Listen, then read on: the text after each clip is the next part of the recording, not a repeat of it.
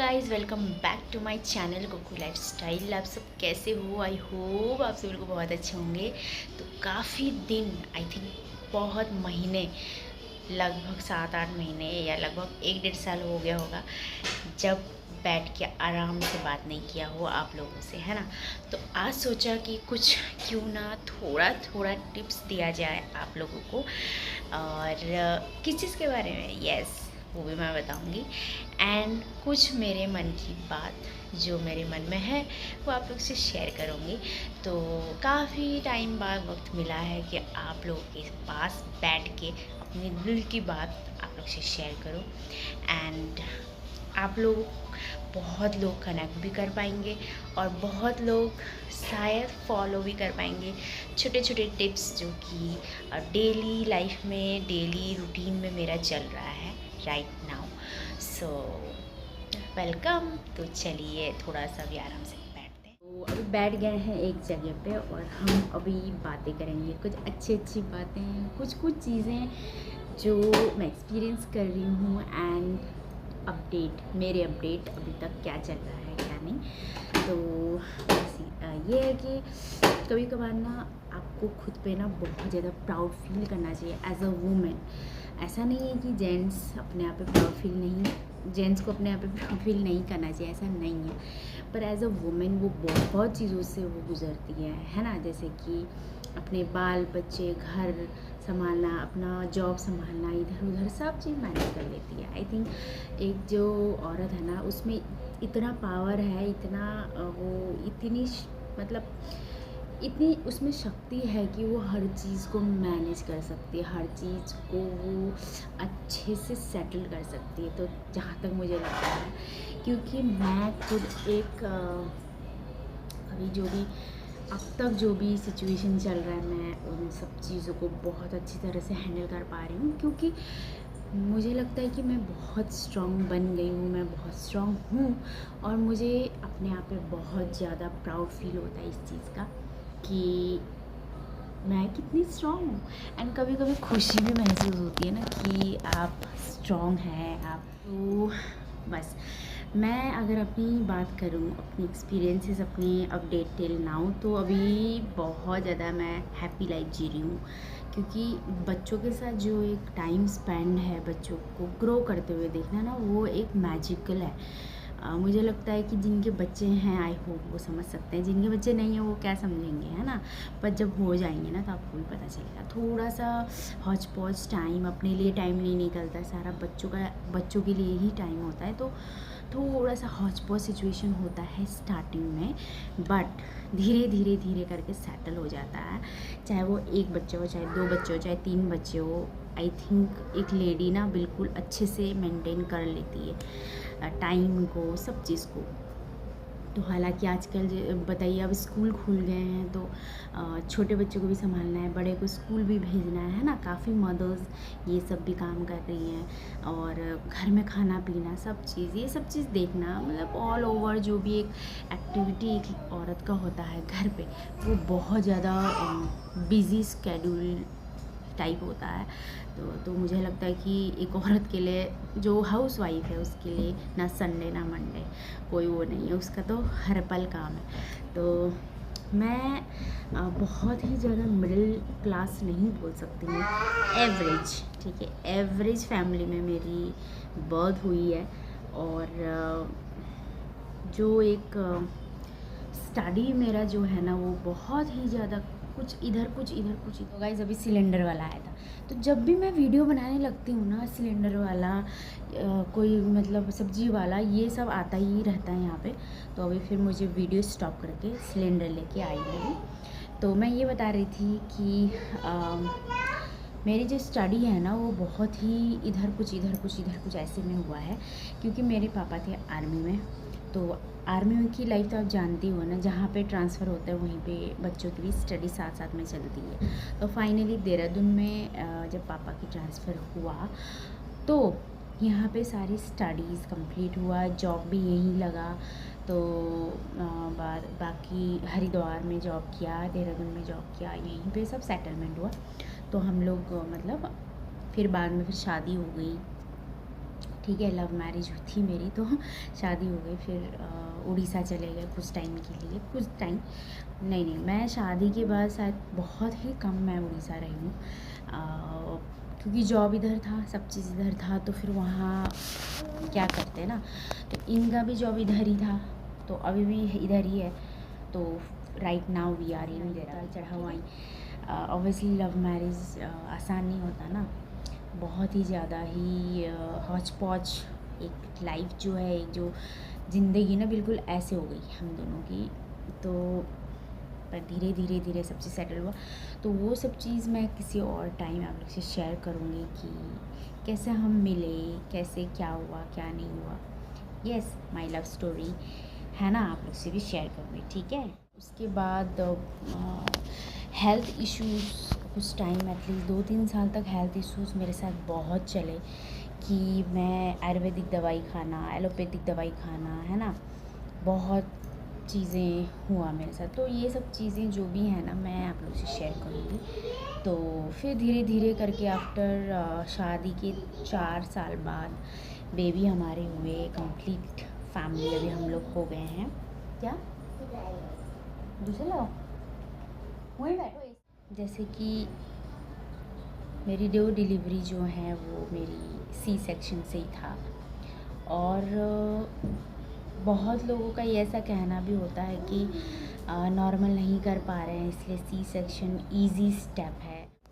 First of all मैं ये चाहती थी कि जो मेरा डिलीवरी हो ना वो नॉर्मल अच्छे से ही हो, बट क्या हुआ कि बिल्कुल ही अनएक्सपेक्टेबल था कि जो पोजीशन था, जैसे कि मतलब जब सी सेक्शन का जब डिसीजन आता है, जब डॉक्टर सी सेक्शन का डिसीज़न आपको देता है, तो उसमें ना बहुत सारी चीज़ें होता है देखने के लिए, जैसे कि उसमें बेबी का कंडीशन क्या है, बेबी का जो पोजीशन है वो क्या है, आपको कोई मतलब डायबिटीज़, शुगर, ये सब चीज़ है कि नहीं है, वो सब चीज़ भी देखते हैं। और उससे पहले कोई मिसकैरेज या कोई ऐसा दिक्कत तो नहीं था हेल्थ के साथ, ये सब चीज़ भी देखते हैं, और खूब सारे ब्लड टेस्ट भी होता है, तो उस हिसाब से होता है। तो मेन होता है कि बच्चे का पोजीशन, अगर बच्चा पोजीशन उसका सही नहीं होगा तो उस केस में भी डॉक्टर आपको बोलता है कि आपको सी सेक्शन करना है। और मेरे साथ ऐसा हुआ था फर्स्ट में कि जो मेरी बेबी की जो पोजीशन थी वो बिल्कुल ऐसे में थी, डायगोनल में थी, तो पॉसिबल ही नहीं था नॉर्मल होना, तो है ना, तो सी सेक्शन हुआ। एंड उस समय तो बहुत ही ऐसा लगा कि दर्द नहीं हो रहा, ठीक है, पर बाद में जब वो एनेस्थीसिया का जो दर्द है ना, मतलब वो जब उतर जाता है ना, तो लिटरली मैं आपको बता दूँ, आप सुसु पॉटी कुछ नहीं कर सकते, मतलब कर क्या नहीं सकते, आप चल भी नहीं सकते हो इवन, ठीक है। आप प्रेशर अगर नीचे दोगे तो फिर ऐसा लगेगा कि पेट से सारा चीज़ बाहर निकल जाए, ऐसा होता है।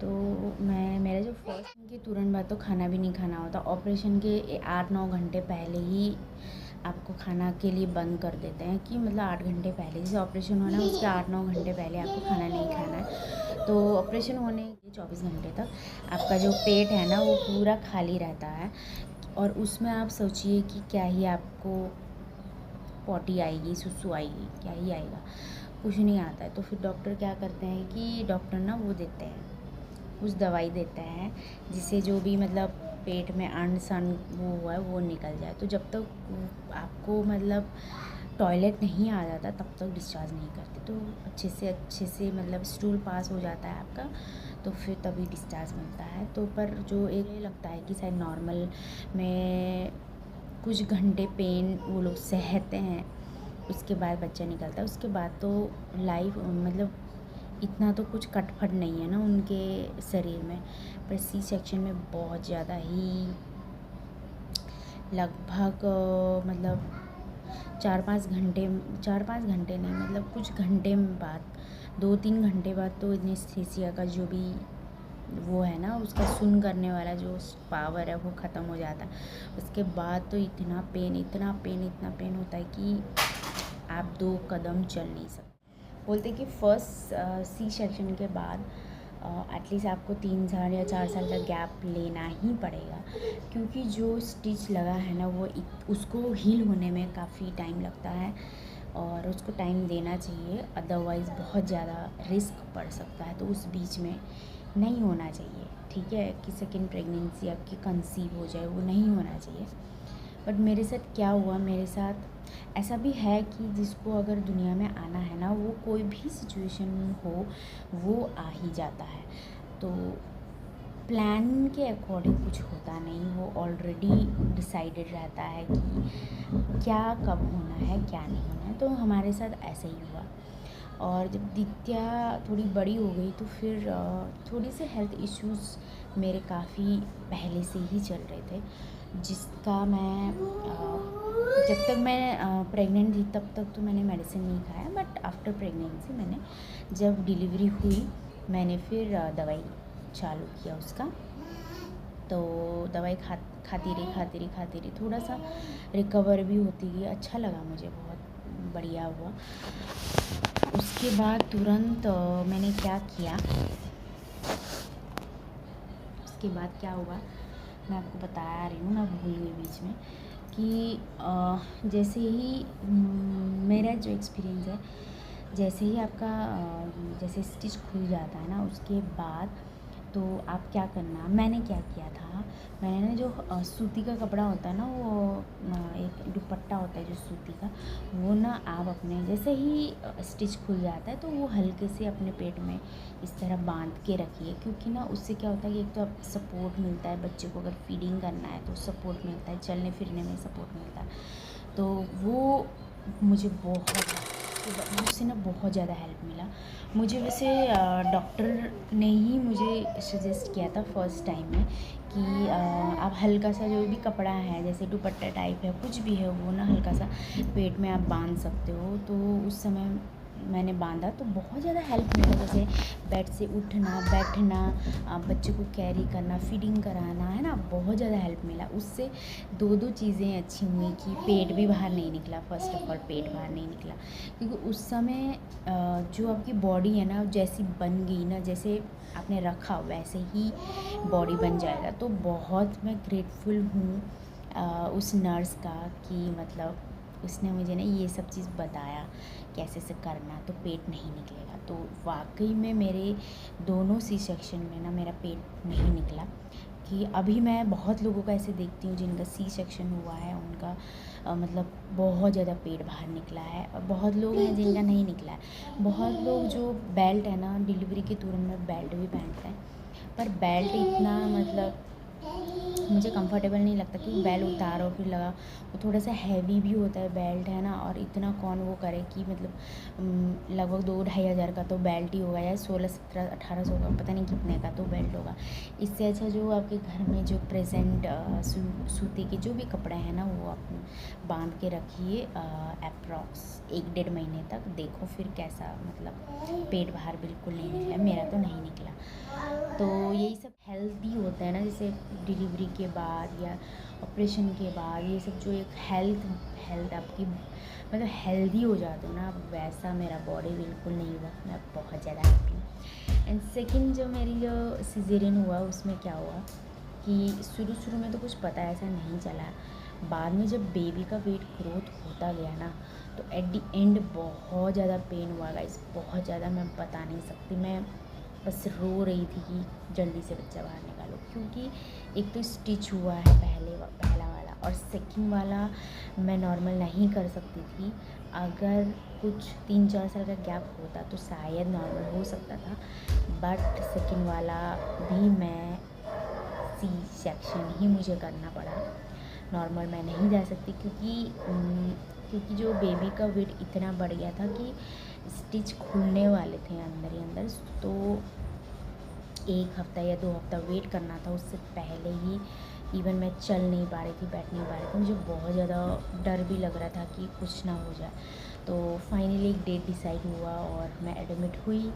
एंड उसके बाद फिर बहुत मतलब कि बहुत टाइम लगा सेकंड बेबी को निकालने के लिए मैं खुद डर गई थी। एंड डॉक्टर खुद बोल रहे थे कि ये कहाँ अटक गया, कहाँ अटक गया। लगता ही है सब चीज़, तो सब चीज़ मैं फ़ील कर रही थी, तो ना बहुत ज़्यादा मुझे डर लग रहा था। पर फाइनली फिर वहाँ पे मुझे आईसीयू में रखा। उसके बाद फिर रेगुलर मैंने वो कपड़ा वपड़ा बांधना शुरू कर दिया अपना। उसके बाद नॉर्मल फिर मेरा जो है नॉर्मली हुआ। And I am very proud of my self उस समय, क्योंकि उस समय जिनका भी मतलब उस समय बेबीज़ हुए थे वो लोग भी स्टिच खुलवाने के लिए आए थे 1-2 बार, मतलब 7-8 दिन के बाद जाते थे ना। And I was very normal, मैं खुद वॉक करके जा रही थी, सब चीज़ अच्छे से मतलब हैंडल कर लिया था।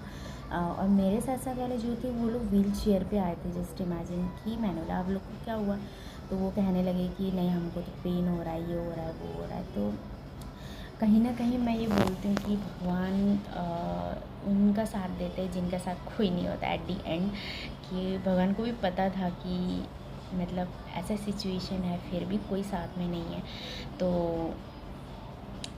वो हमेशा मेरे साथ थे। माता रानी ने मतलब हमेशा मेरा साथ दिया है, कोई भी सिचुएशन हुआ हो, कोई भी चीज़ हुआ हो। और मैं आपको बता दूँ मेरे दोनों डिलीवरी में सास आई थी। एंड कुछ टाइम रह के चली गई। हाँ, फर्स्ट जो मेरा मेरी जो फर्स्ट बेबी थी उसके टाइम थोड़ा सा टाइम रह कर गई थी, पर सेकंड वाले में वो बहुत जल्दी चली गई थी। इवन मेरा स्टिच भी नहीं खुला था तभी वो चली गई थी। और उस समय क्या हुआ था, मेरे को फ़ीवर था, हाई फीवर 102 फीवर था। खांसी हो रही थी, कफ हो रहा था एंड हेडेक हो रहा था, बॉडी एक हो रहा था। उसके ऊपर स्टिच भी नहीं खुला था। और तो मेरी जो सास है वो स्टिच खुलने से पहले ही चली गई थी। तो मैं अपना स्टिच खुलाने अपने पड़ोसी वाले एक भाभी थे उनको लेके गई थी स्टिच खुलवाने के लिए। और मेरे दोनों प्रेगनेंसी में मेरे मायके वाले नहीं थे, और ना डिलीवरी में, ना कोई भी कंडीशन में, कोई भी सिचुएशन में मेरे मायके वाले नहीं थे। क्योंकि मेरे मायके वाले थे तो क्या ही बोलूँ, उनके लिए तो कोई शब्द ही नहीं है। तो बस मैं ससुराल में सास डिलीवरी के टाइम आई थी, और वही उसके लिए उसको बहुत ज़्यादा धन्यवाद। बट मुझे ऐसा लगता था कि अगर थोड़ा और रुक जाती, थोड़ा और मेरी हेल्थ की केयर हो जाती, मेरे मन में ये था। पर वो रुकी नहीं, खैर वो आई और वो थोड़ा दिन रुक के ही चली गई। आप आराम से बैठो और आराम से मतलब बातें करो, कुछ चीज़ ये सब चीज़ लगता है। तो वही मैंने सोचा कि आप से बैठ के बातें करूं। एंड एक औरत सब चीज़ भूल सकती है, सब चीज़, पर वो चीज़ याद रखती है कि उसकी प्रेगनेंसी की जर्नी में कौन था, कौन नहीं था, क्या था, किसने क्या बोला था, वो सब चीज़ें तो लाइफ टाइम याद रहती है ना। तो कोई बात नहीं, जो थे ठीक है, जो नहीं थे वो भी सब अपने अपने नसीब से आते हैं इस धरती पे और अपने अपने अकॉर्डिंग ही जीते हैं। और मैं किसी की लाइफ में इंटरफेयर भी नहीं करती हूँ कि ऐसा है वैसा है, ठीक है। जो जिस हिसाब से जी रहा है जीने दे, जो कर रहा है, जो कह रहे हैं कहने दे। क्योंकि जिनके नज़रों में अगर आप सही हो, वो आपको सही ही देखेंगे हर कंडीशन में, हर सिचुएशन में। पर जिनके नज़रों में आप गलत हो, तो उनके नज़रों में आप लाइफ टाइम ही गलत हो। अच्छा भी कहोगे करोगे वो भी गलत ही रहेगा। तो बस वैल्यू जहाँ पे नहीं है मैं वहाँ जाना भी पसंद नहीं करती हूँ, और ना ही कुछ बात। बाकी यही सब चीज़ चलता आ रहा है। एंड बहुत टाइम बीत गया था ना, बहुत ज़्यादा टाइम बीत गया था कि ऐसे बैठ के बात नहीं किया। तो सोचा कि आज बैठ के आराम से आप लोग से बात किया जाए। उस कारण मैंने क्या किया ना, फ़ैन भी ऑफ़ कर रखा, क्योंकि आवाज़ बिल्कुल ही नहीं सुनाई देता है मेरी वीडियो में। तो चलिए फिर बाद में लेकर आऊँगी, मैं माइक जो भी है मैं लेकर आऊँगी। तो आई होप आप लोग को वीडियो अच्छे से क्लियर सुनाई देगा। एंड अब एक दो चीज़ हैं जो देखते हैं क्या होता है क्या नहीं। वैसे होते हैं कि जो वेट लॉस होता है या उसे ठीक होता है, हाँ वो घर के नुस्खे हैं, नुक्स नुस्खे ही बोलते हैं ना, क्या बोलते हैं उसको, क्या बोलते हैं, मतलब वो घर के ही सारी चीज़ें हैं, तो इंग्रेडिएंट है तो ऑब्वियसली वो हार्मफुल नहीं होगा, अच्छा ही होगा बॉडी के लिए। बट आप लोग के लिए एक टिप है, अगर वेट लॉस करना है तो आप ना अपनी जो खाने की क्वांटिटी है वो इतने से ज़्यादा इतना करिए, आपका वेट लॉस हो जाएगा ऑलरेडी। और प्रॉपर खाना खाइए, प्रॉपर, जैसे सुबह ब्रेकफास्ट, लंच, डिनर, है ना, थोड़ा कम अमाउंट में आप लोग खाइए तो आपका वेट वैसे ही लॉस हो जाएगा। और बाकी थोड़ा बहुत प्रॉपर बैलेंस डाइट पे ध्यान देना बहुत ज़रूरी है। बाकी जो तला हुआ भुना हुआ चीज़, जो ऑयली चीज़ है, जो भी फ्राइड चीज़ है, वो सब अवॉइड करिए। एंड मैक्सिमम आप चावल जितना खाते हैं ना उसको भी थोड़ा सा कम करिए, तो वेट ऑब्वियसली कम हो जाएगा। ऐसा नहीं कि आप भर भर के चाय पी रहे हैं, भर भर के पकौड़ियाँ, पराठे या फलाना ढिंगाना चीज़ खा रहे हैं, तो कहाँ से वेट होगा डाउन। इसलिए अगर आपको वेट लॉस करना है तो ये मेरा छोटा सा टिप था कि जितने भी ऑयल चीज़ें हैं ना, ऑयली चीज़ें हैं, वो सब अपनी लाइफ से ही आउट करें। जैसे पूरी हो गई, पराठे हो गए, चाय हो गई, है ना, कोई भी पकौड़ियाँ हो गई, सब चीज़ आउट कर दीजिए एंड सिंपल एंड प्रॉपर खाना खाइए, वेट लॉस अपने आप हो जाएगा। एंड अभी एक ब्लॉग है वो शायद आप लोग को अच्छा लगा होगा, एंड अगर अच्छा लगा तो लाइक, शेयर, कमेंट और मेरे चैनल को सब्सक्राइब करिए। और मेरे खूब सारे शॉर्ट्स वीडियोस देखने के लिए shorts by Kuku YouTube channel है मेरा, वहाँ पे आप सब्सक्राइब करिए। और शॉर्ट्स बाय कुकू से अगर सर्च में नहीं मिल रहा है तो @शॉर्ट्स बाय कुकू आप टाइप करिए, मिल जाएगा।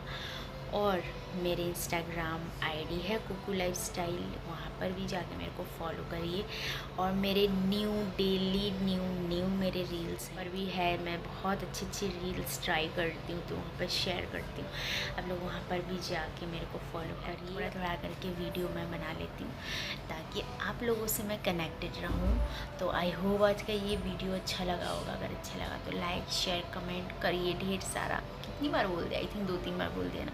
तो चलिए मिलते हैं नेक्स्ट ब्लॉग के साथ। और अगर आप लोग को भी शेयर करना है अपनी प्रेगनेंसी जर्नी या क्या कुछ आपको जानना है, एनीथिंग, आप लोग मेरे को मैसेज कर सकते हैं इंस्टाग्राम में, मेरे को कमेंट कर सकते हैं, ठीक है, कुछ भी हो, और मैं आप लोग को बताऊंगी क्या है क्या नहीं, वो भी अपने एक्सपीरियंस से। तो मिलते हैं नेक्स्ट ब्लॉग के साथ बहुत जल्द, तब तक के लिए टाटा।